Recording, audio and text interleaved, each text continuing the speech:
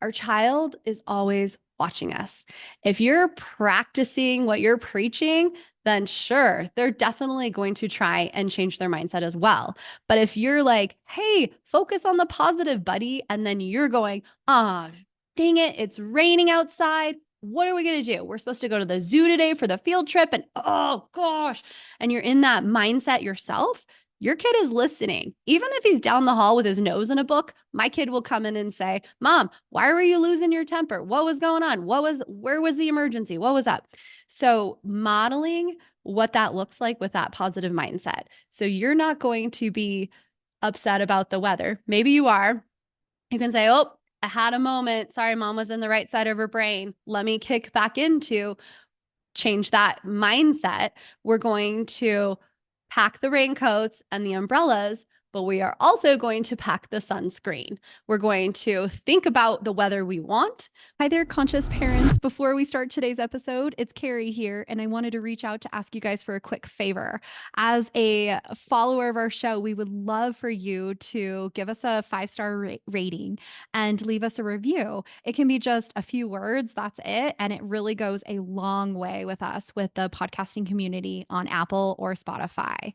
So thanks so much for tuning in. And I'm so excited for you to hear today's message. Happy listening. Hi there. Today we're going to talk about using our hearts to connect with our children.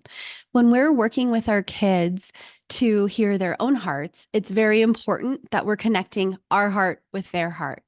That sounds really complicated, but really it's listening to our children, listening to ourselves, and watching for red flags of things going on in their lives. So I've included some steps today to help you get a better understanding of what that looks like for us in our house, what it looks like in other houses, and how I've guided some other families to try this in their own homes as well. So one step that we have found is to meet our kids where they're at. So, for instance, if your kiddo is one belt away from getting black belt in his taekwondo class and he says, Mom, I'm done. I don't want to do it anymore. You can ask a few questions and encourage him to continue trying.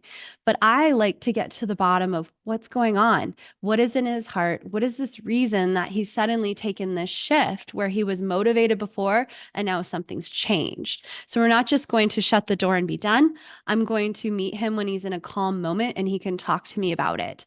After this is a true story. So after I started to ask my son what was going on in his life and why he wanted to close the door on this project that he'd been working on for 3 years, he told me it's making my self-esteem come down. It's making me feel bad about myself. I'm constantly corrected and I don't feel like I'm getting anything positive out of this. So if I would have just made him continue to go, what would that be doing to his heart? So when we're meeting them where they are at, we are helping them to get their needs met. Another example would be if you're doing dishes or you're folding laundry and you're knee deep in something and your kid comes up and wants a hug. We don't necessarily know what's going on in their lives in that moment. We don't know. Sometimes they're 3, sometimes they're 4, and they're not communicating what their needs are. But putting down our projects, putting ourselves aside for a second to give our kids their hugs, to help them meet their needs, we are modeling what self-care looks like, what empathy looks like, all of these pieces that help us to hear our hearts better. So that's one step, is meeting them where they are at. Another step is helping them to find the positive mindset. We talked about this a little bit recently, and I'd like to go a little further in it. And one example I have is our child is always watching us. If you're practicing what you're preaching, then sure, they're definitely going to try and change their mindset as well. But if you're like, hey, focus on the positive, buddy, and then you're going, ah, dang it, it's raining outside. What are we going to do? We're supposed to go to the zoo today for the field trip. And oh gosh, and you're in that mindset yourself, your kid is listening. Even if he's down the hall with his nose in a book, my kid will come in and say, Mom, why were you losing your temper? What was going on? Where was the emergency? What was up? So modeling what that looks like with that positive mindset. So you're not going to be upset about the weather. Maybe you are. You can say, Oh, I had a moment. Sorry, mom was in the right side of her brain. Let me kick back into change that mindset, we're going to pack the raincoats and the umbrellas, but we are also going to pack the sunscreen. We're going to think about the weather we want. We are not going to think about the weather we don't need. And guess what? That's happened to me a couple of times because where I live in Colorado, you never know what's coming with this weather. So weather is a big one for us, but you definitely want to be modeling what you want your kid to be doing. And if you're not living it, they're not living it. So they're watching you at all times. Definitely think about that for yourself. And also, if you're helping your mindset, it's going to help you connect better, right? It's not easy to just tune in and hear our hearts right away. It's a work in progress, and it's something that you have to believe in yourself, especially when you're teaching your kid to believe in it as well. So, step number 3 is to help our kids find their passion. So, we're following their leads, we're following what they're interested in. You can see what books they're reading, you can see what pictures they're drawing. What are they drawn to? Some of us were given these gifts right when we're born, and you can see it right away. Like my son, he always loved construction equipment right when he was 3 years old. He was pointing to 2 wheels on a back of trucks, and that was his thing. That was his jam. And from there on, it was like building anything with a yellow construction hat was very exciting to him. And that was his passion, was building. Little did we know that one little Lego set would turn into 5,000 Legos in our basement where our son will just go and build all day because that is his focus.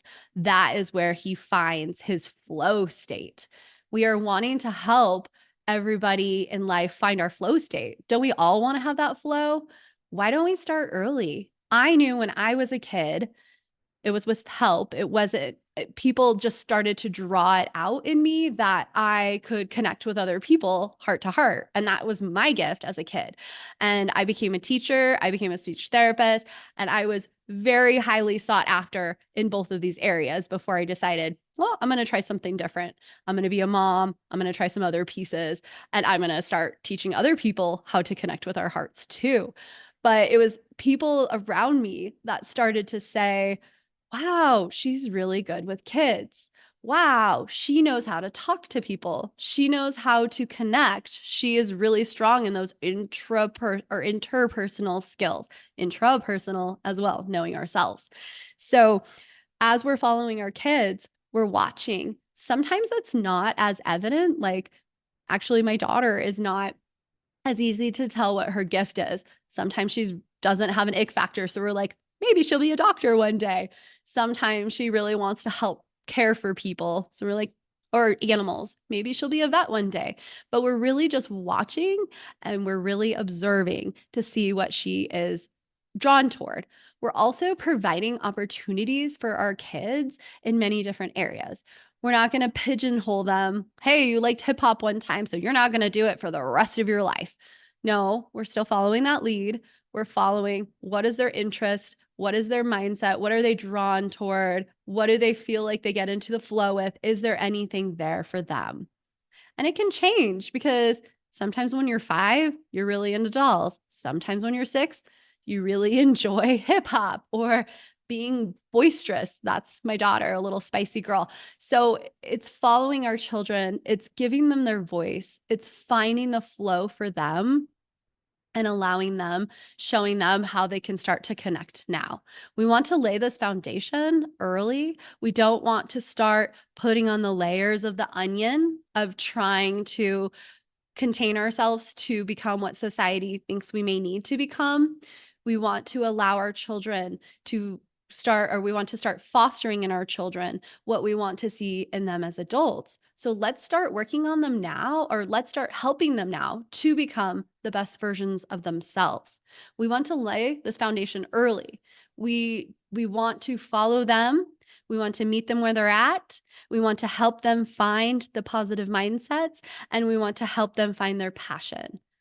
It can be hard, and maybe it doesn't show up in a day, because building an intuition and listening to our hearts, that's like lifting weights. It gets easier with time. There's 10 different modalities. Maybe your kid has one way of hearing it. Maybe they're not following all the steps that you had to follow. I had to learn Reiki to really tune in again as I became an adult. But maybe my son can already hear it.